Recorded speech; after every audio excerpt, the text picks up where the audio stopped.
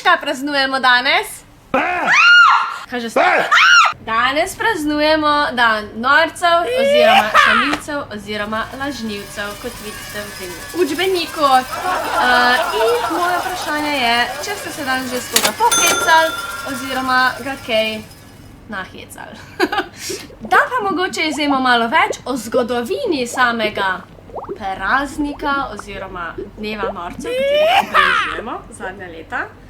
Bomo si pa danes pogledali malce več o zgodovini 1. aprila. Zakaj ga imenujemo dan norcev? Sicer neuradni praznik je leta 1713 razglasil francoski sodni kralj Ludvik XIV.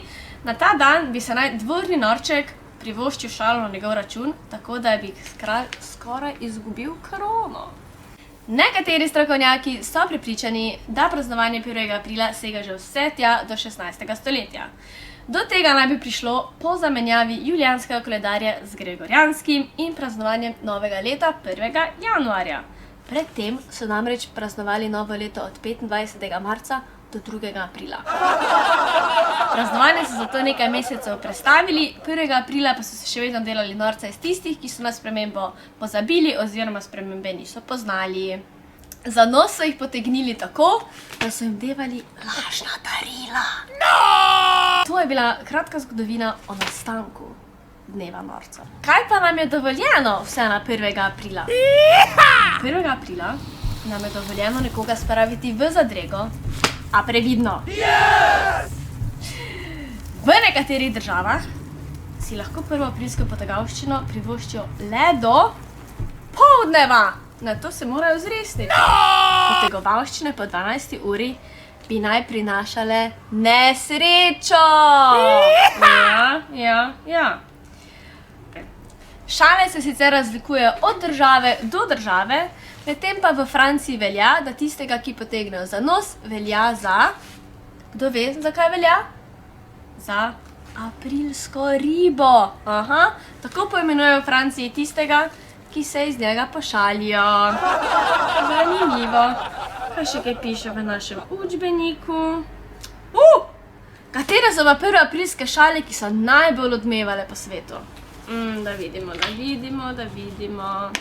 Med najbolj odmevne 1. aprilske šale še vedno spada šala BBC-ja, ki je 1957 razglasila, da v Švici pobirajo špagete iz dreves. Pravi, če bi to danes objavili, niti naj bi bil tak problem. Takrat nismo imeli tako dostopa do medijev in vsega in je bila to prava senzacija. Zanimivo. Naslednja stvar. Prav tako najbolj odmevna šala še vedno spada iz 50-ih, ki je prihajala iz Nizozemske.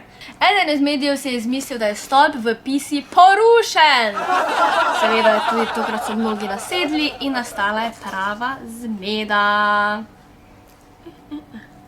In pa še ena.